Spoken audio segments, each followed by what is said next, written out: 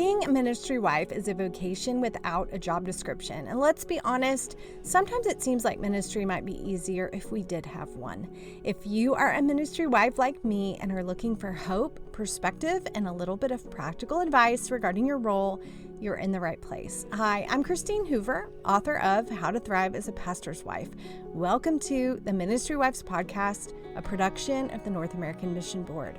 Join me as we hear from women from various ministry contexts, having authentic conversations about our shared joys and challenges, even the ones we're unsure we can talk about. No topic is off limits.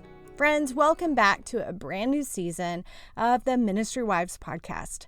I'm so excited for this new season, but it's a bit bittersweet for me, and I'll tell you why in a moment. But first, I want to give you an update on my son. At the end of last season, my husband Kyle and I did a Q&A where we shared about what our family has walked through this past year with our oldest son being diagnosed with cancer last October. If you don't know the details, I hope you'll go back and listen to that episode. But friends, I am so happy to tell you that in just a few days from when I'm recording this, we are taking our son back to college in California. He has been cleared to return to school and to run cross country with his team. The medical doctor we've been working with is in the top of his field, a world-renowned doctor, and in our last appointment, he said, "This is a true miracle, seeing the cancer markers that he started with and that they have returned to normal." He said, "We don't normally see this happen." Friends, we are praising and thanking the Lord for healing our boy. We are so grateful for the gift of our son's strength and his health and his vitality returning, and his hair after 4 rounds of chemo. Thank you for praying for him and for us as we have walked through such a difficult year. Going through such suffering, it really crystallizes things in life. And one of the things that it has crystallized for me is that it is time for me to hand off this podcast. Yes, that's right. After a lot of prayer and discussion with Kyle, I have decided to step back from hosting the Ministry Wives podcast. I'll continue writing and speaking, and you can always come say hi on Instagram. And I'll also continue to steer the podcast as an executive producer with the help of the good folks at NAMB. But I have asked Amy Peterson to take over hosting duties starting, today.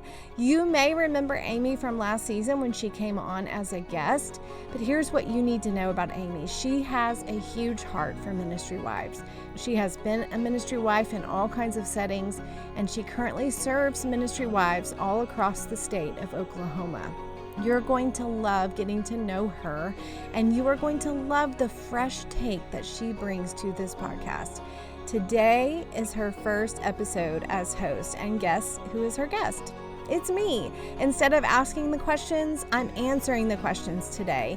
We're chatting about how to help and protect our teenage and adult kids as we serve in ministry. This episode will be the first in a season devoted to family life and ministry. So here we go, friends. Here is to a new season of the Ministry Wives Podcast with your new host, Amy Peterson. Well, welcome everybody. I am so excited for this conversation today with Christine Hoover, our friend. Welcome back, Christine. Thanks for having me, Amy. It's fun to be on this side of things. I know. And I just want to say off the top, I am so grateful for your obedience to the Lord way back when you began this podcast and conversation. Do you remember what year that was? Well, the podcast started not about ministry. I did different themes on different topics like suffering or friendship. So if you go back through the feed of Ministry Wives Podcast, you actually get to the old podcast, which was called By Faith. And then I did a season on ministry. And my friends at NAMB said, why don't you keep going and let's just focus on ministry? And that was about the time I released my book, How to Thrive as a Pastor's Wife. And so it just felt like a really good thing to do. And I'm so glad I did. Because even when I was coming into my role with Oklahoma Baptist and loving and supporting ministry wives, I was just looking for things out there that could help support with content of what I was communicating. And there wasn't a whole lot, but I did land on you and your conversations and your book. And I just was so grateful for even that resource. So thank you for using your experience and your voice to continue honest conversations to help us ministry wives not feel uh, crazy and alone, um, Yeah. and isolated. So I just honor Yeah. you and appreciate you, and so grateful that I'm able to continue having these conversations about ministry wives. Absolutely. It's been one of my greatest privileges in ministry to get to support ministry wives, pastors' wives, church planners' wives. Like truly, truly, I have loved it. And at the same time, as I just said in the intro, I have definitely felt the Lord leading me to lay it down and to hand it over to somebody else. And so that is you. I know the Lord has led us at NAMB to you, and you will do such a great job with it. And I'm excited for the listeners to have a fresh voice and a fresh perspective. And you have connections with people that I don't have. And I just think it's going to be really, really, really good moving forward. I'm so excited that you said yes. And I'm excited for the listeners to have somebody whose heart is just so passionate, and the word fresh keeps coming to mind because I just feel like I've said all I can say. I've written it, I've said it, I've spoken about it, and it's time for somebody else to take up that baton. And so thank you for saying yes. And I'm excited about what you're going to do with it, with the new, doing themes like family life is what we're starting with. And just for the listener to know, I'm still here. I'm still around as helping as a producer for the podcast. So I still get to lend a hand, but I'm excited about where things are going. Well, I am so grateful. Thank you for that. And thank you for thinking of me. And I just am so honored and grateful to have this opportunity to continue to gather the voices and the hearts of women who serve alongside their husbands in ministry and are really still full-fledged people struggling with the same struggles and being able to give voice to that and encouragement.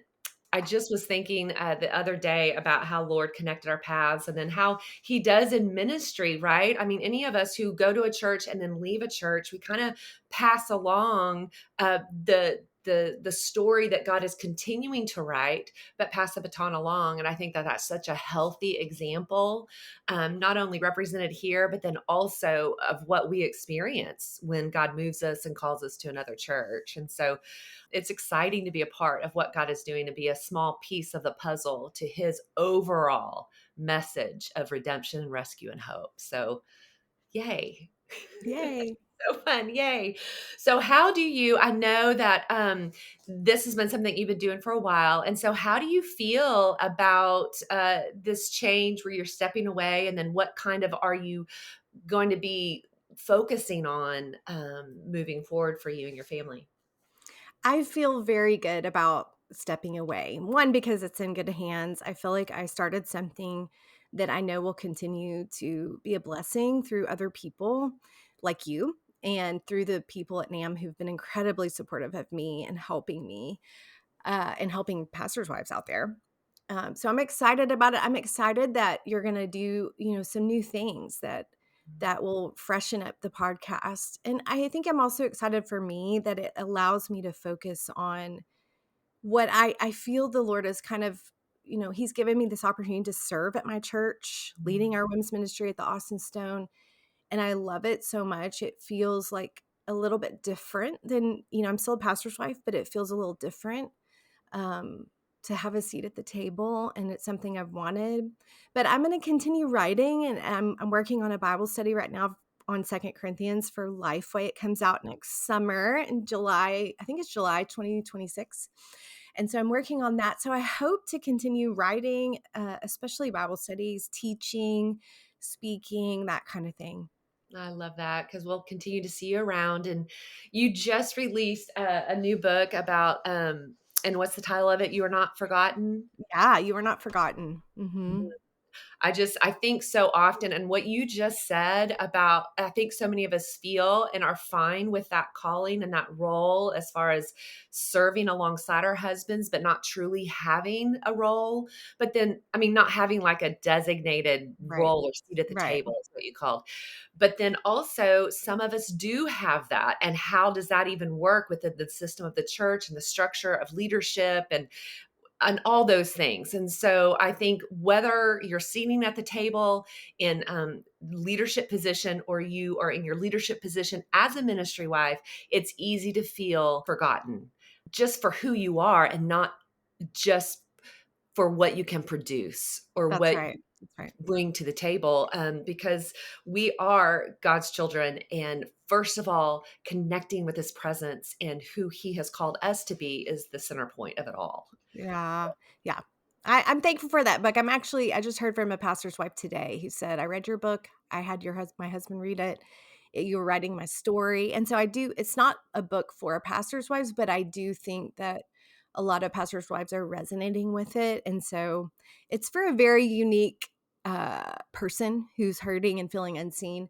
But I think it, could be a blessing to the pastor's wives listening out there. I do too. I think that it's so great. And I just, again, I think some of us struggle in ministry about when to leave and when to stay, when to stop teaching the Sunday school class and when to start teaching.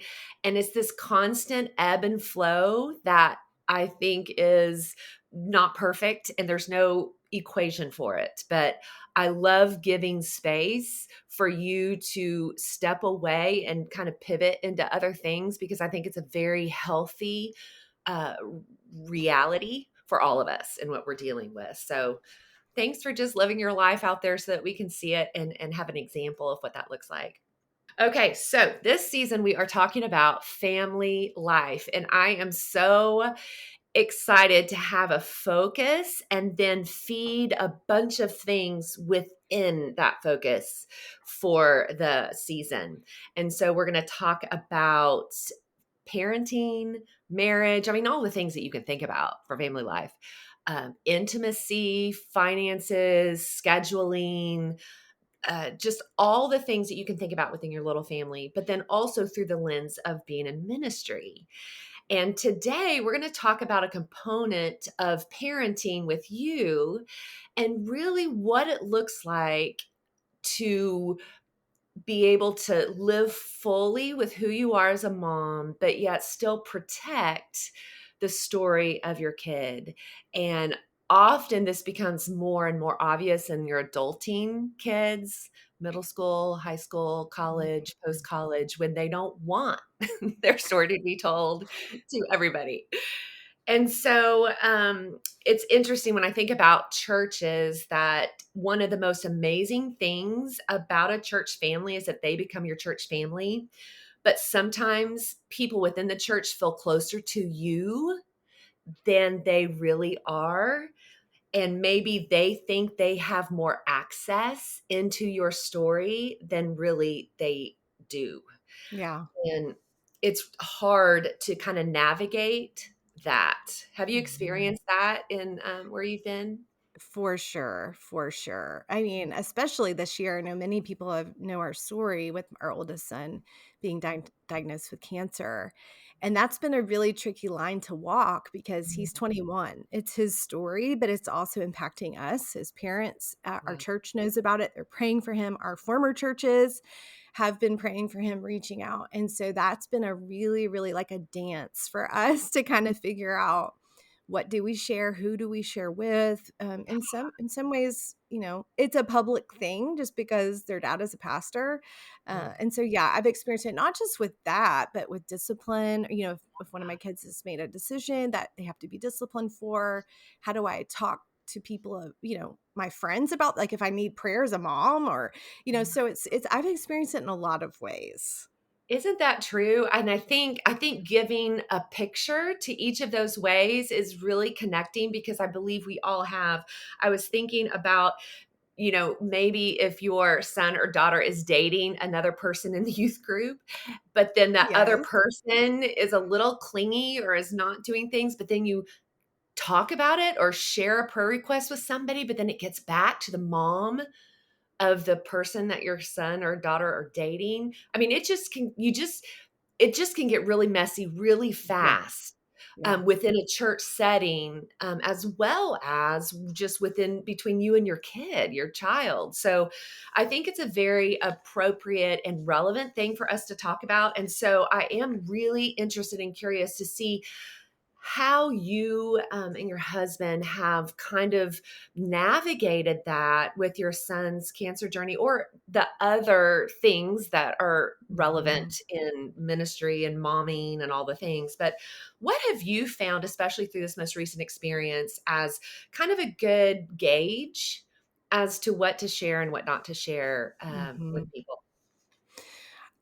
I think that I would wanna just say to everyone, the first priority is being a mom before it is being a pastor's wife, and so that helps a lot, that to think my most important thing is to protect and to help my children, to help them become disciples of Jesus and to follow him well.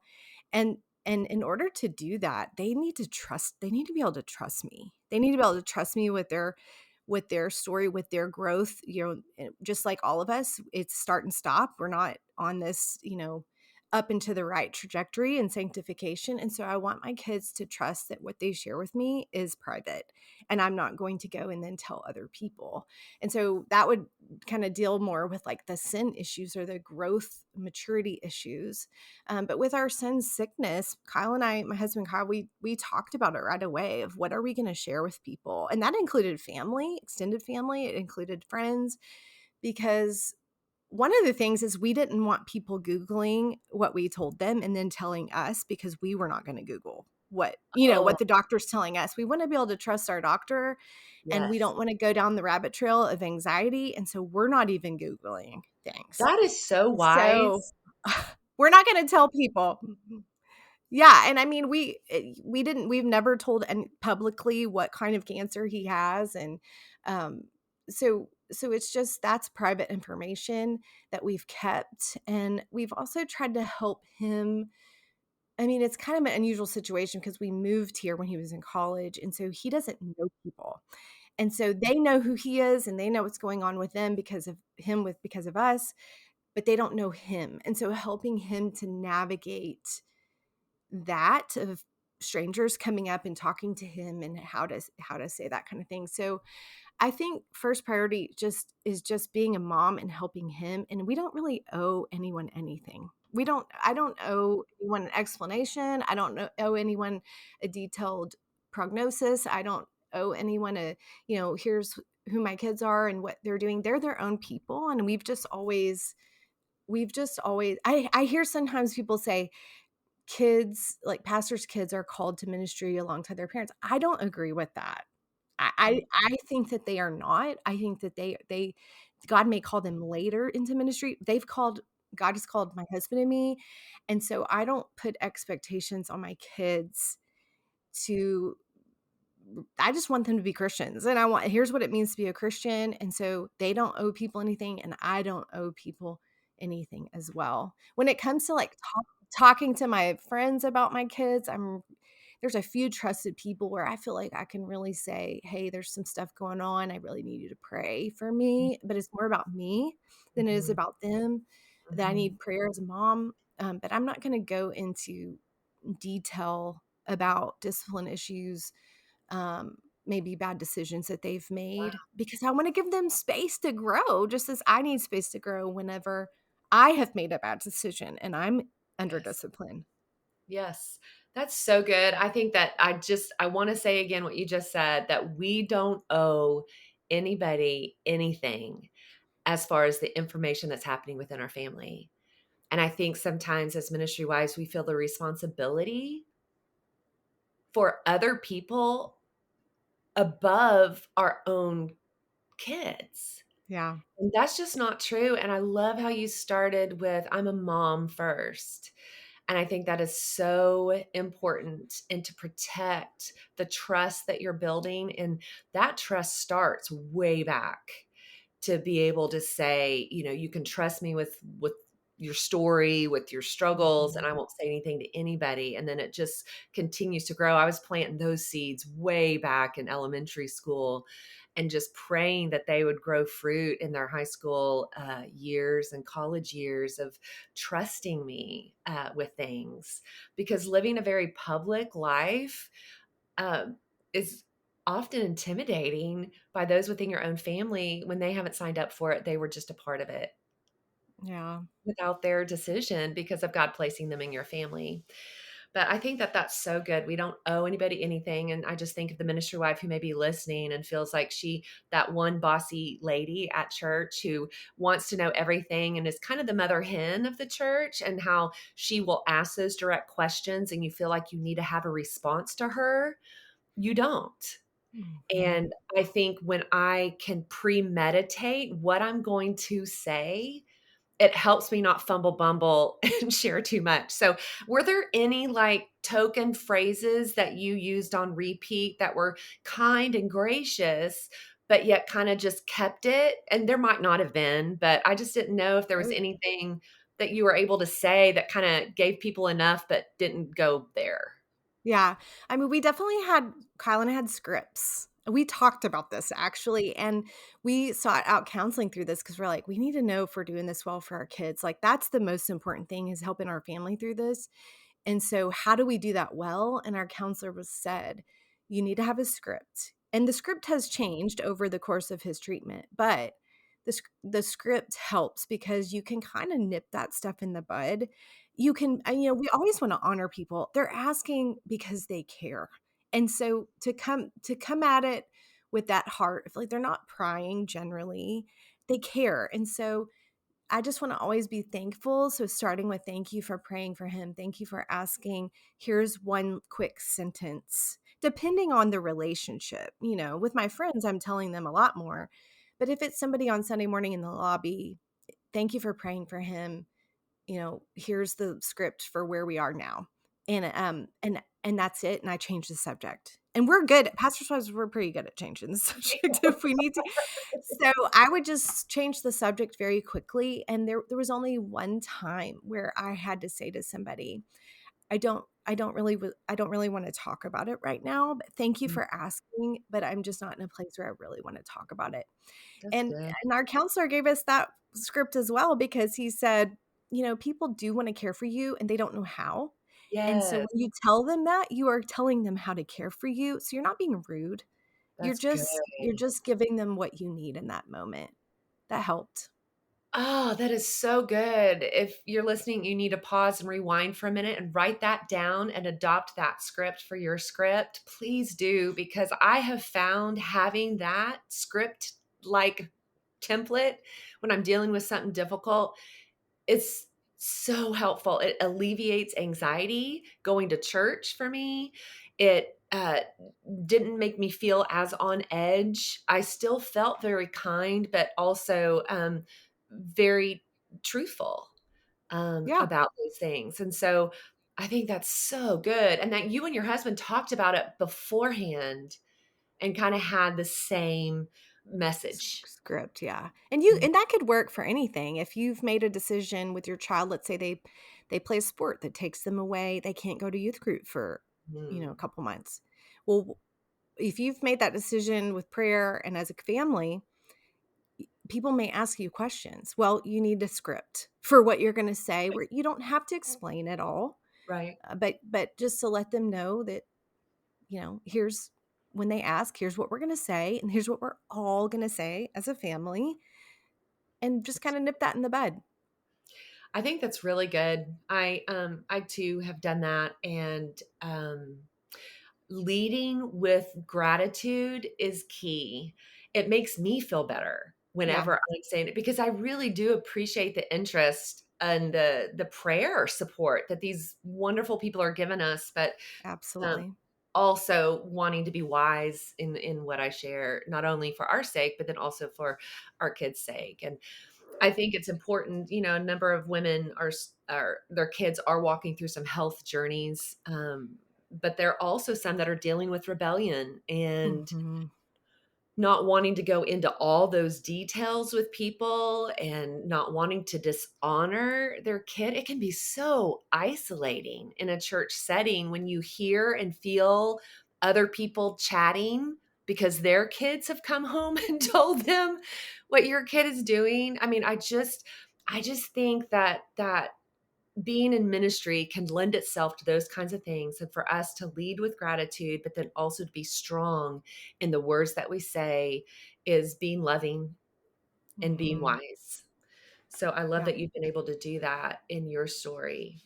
Kind of, we've deep dived into that part of it, but I'm so curious. You have your three boys, you said one's going to be a junior, one's going to be a junior in high school, freshman in college. And then what's your older son's? What year is he? Well, he had to withdraw from his junior year in college, so he's really senior in college, but Gotcha. few So you more years. these adulting men childs. I have a 22-year-old, a 19-year-old, and then a 13-year-old. And so kind of in that same way, and many of us do, and it's an interesting season to parent, but then also in ministry. So I'm curious about what has surprised you as a mom with adulting kids. Mm. Well, it is sometimes surprising that they are their own people. They don't they do not always live according to the agenda that I have, decided in my head that they should live according to. And so I if I get frustrated about something, sometimes I have to stop and think, now, wait a second. Is that because that's what I've designed for them, or has how has God designed them, and what could God maybe leading them toward? They surprise me. Their personalities surprise me. Their passion surprise me, and so that's been hard for me sometimes to release them to the Lord and to trust that He has them. They're not always on the timetable of, growth and maturity that I would like, and, True. uh, but if I keep my hand, I think someone wisely said, and, I think we've all heard this, that becoming a parent of an adult child or older child is more like becoming a consultant, and that has been at times, a hard transition for me because I can, as more mature, older people, we can see sometimes where roads go, and I don't want to, I'm going to warn them if I'm really, like, they're really going down the wrong path, but to kind of give them space to figure it out themselves, and to, I think the Lord has called me more to pray for them. And I realized how little I prayed for them when they were smaller because I kind of felt in control of things. But to pray for them that He would lead and guide them and direct their steps and help them to be wise and convict them when they're, um, maybe tempted or choosing something that's wrong. And so that has surprised me. That's good. I think that's really true and spot on. And many of us can resonate with that. It's very difficult as a mom to go from controlling what we thought, everything from their Yeah. eating schedule, sleeping schedule, pooping schedule. I mean, we could control the pooping schedule, but there were things we would make notes of it from the early on. And then gradually and gradually and gradually really seeing the lack of control that we have Mhm. over them. Mhm. And it has been an interesting transition for me as a mom, especially with a 22-year-old and a 13-year-old, in which there's a different age Yeah. appropriateness of Yeah. investment. But it's been interesting to me. I'm doing it differently with this 13-year-old than I did with the other two 13-year-olds when they were coming, just because I Interesting. realized that what I thought I was controlling really wasn't. Yeah. And I think one of the ways that it's really been a challenge is with church, is to say, I think with our oldest, we were a little more like, okay, middle school, you need to choose a place to serve and go to youth group and do the things. And now we're in a different church, there's different opportunities. And, and to give them kind of space to, I think, with one of my kids, I've kind of like encouraged, like, you should find a place to serve. Here's some options. And giving him some space to kind of figure that out. That's where sometimes, and that's where as a pastor's wife, sometimes like my kids should be doing XYZ. But as a mom who wants to do it well and not, want to encourage them to follow the Lord's leading, it might not look how I think it should look. And So that's true. been hard. Yeah. It's so hard because, moms know best and we think we do, but it's interesting. We don't know better than God. And when we are able to trust his control and sovereignty and his work in our kids' life apart from us, Hmm. that is when we can truly release them to his care. And that is a constant thing for me. Constant, constant. It's a discipline. and Mhm. it's painful. And it's hard when you see your kid walking through things that you think you have the answer to, but they're not willing to listen, they're not going to do it, or you can't fix it. And Mhm. it truly, God uses those set situations to sanctify me. And so I'm curious in the challenges that you faced with your adulting kids and with their struggle, but how has God sanctified you in the midst of that on a personal level? Mhm. Well, showing me how little control I actually have. I mean, if anything this year has taught me, I'm there's so little I have control of, and that's actually a really good thing that God is in control, and so he has really, really worked on that in me this year. Um, but I think also showing me the joy of watching my kids grow and figure it out. Somebody, one of my mentor pastor's wife told me once when my kids were little, she was said that she asked me, "How have you grown most in your life, Christine?" And I said, "Well, through suffering, through hard things." And she said, "That's exactly how your kids will grow. And so don't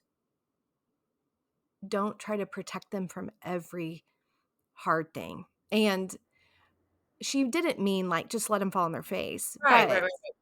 and especially with adult kids, I think that's come back to me a whole lot is just, would I take away what my son has had to go through? Absolutely. I would do it instead of him. But I have to trust the Lord that he has purposed this for him for some reason. I don't know, and I probably won't ever know, but I can trust that it's good and that God will sanctify him specifically and grow him specifically through the suffering. And I've actually seen that happen over the year and happen in my other kids as well and happen in me and in my husband. And so that's what that advice is often what I go back to with anything with my kids is, "Oh, this is embarrassing," or, "Oh, this is painful," or, I don't, I wish that they had chosen something different." But just praying that the Lord that they won't go too far in the ditch, just that if something, if this we had a hard situation with one of our kids this year where I prayed that he was gonna suffer some consequences, and I prayed that it would be just the right amount of consequence, that he would learn from it, but not be crushed by it. And I think God did that. But that's how it's the sanctification in me is what you said, the constant entrusting of my kids to the Lord rather than me trying to figure something out or fix it or protect them from the consequences that they really need in order to grow. Oh, that speaks. That speaks so hard because I felt at one season that I could outmaneuver or out mom suffering in my kids' Yeah. life. If I could just think about it and plan for it enough, then I can achieve a comfortable life for my kids because for some reason that was what my goal was. And when that didn't happen, it sent me to the floor in a puddle of anger of how dare you, God, not answer my prayer. And it was one such, I mean, and this has happened at various times with each one of my kids throughout their growing up. But the first time that it really happened was when our oldest was diagnosed at the age of 11 with type 1 diabetes, Oh, which is yeah. an autoimmune disease that attacks your pancreas and kills it. And so there's no cure. You just are on insulin therapy for the rest of your life. And I just remember so mad at God.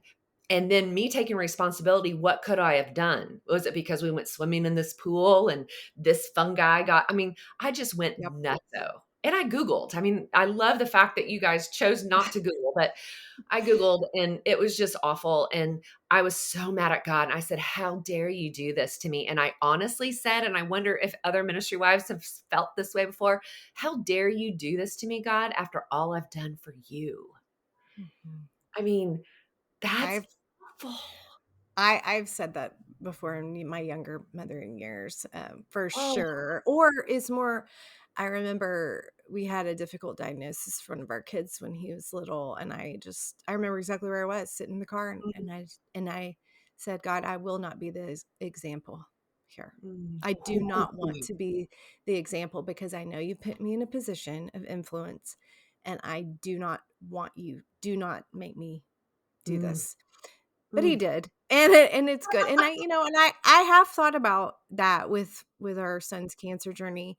We are in a public position, and I've asked God to give me the heart to, even people asking, it gives me an opportunity to praise the Lord. It gives me an opportunity to say, you know, there are hard things here, but we're trusting God. Like I remember saying to people at the very beginning, if what is our faith about if we don't trust God in this? Like it doesn't change suddenly with a cancer diagnosis what we believe. And so I'm going to trust God. And so to say that, be able to say that publicly, I do we want to have to be the example? No, but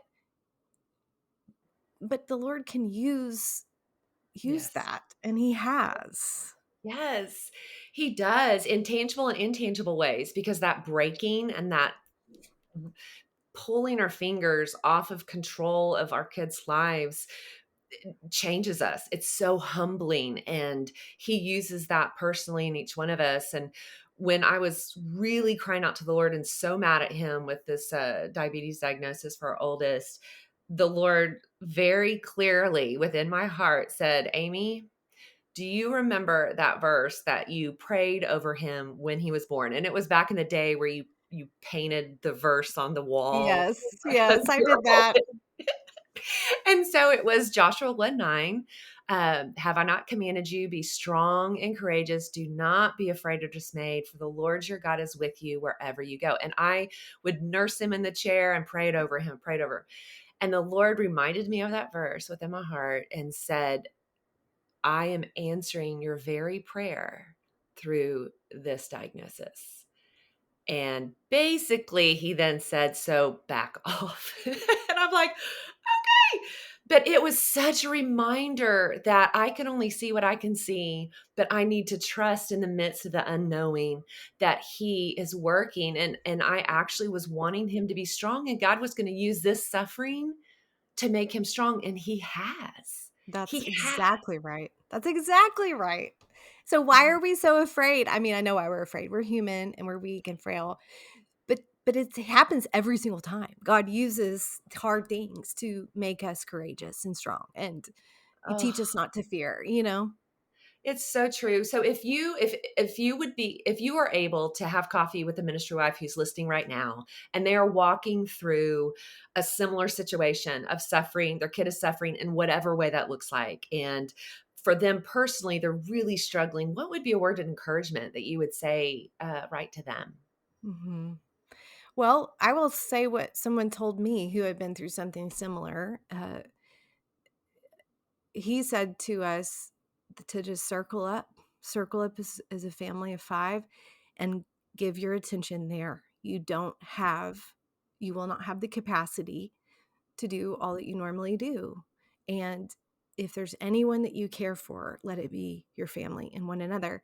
And that really came true. I lost a lot of capacity to do much else, but I gave everything I had to my family and to my kids. And so I would say that sometimes it's okay to set some things aside at church, in ministry, to say, I don't have the capacity for that right now, but I'm going to give everything I can. I didn't want to have any regrets with my kids because I know, eventually I can come back to whatever that is at church. And in some ways, it's discipling people to say, it's okay to say no. It's okay to say, I can't do it all. It's okay to take a step back.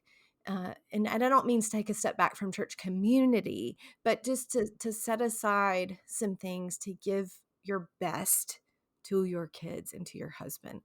And so I don't have regrets about that. I'm so thankful for that advice that we got.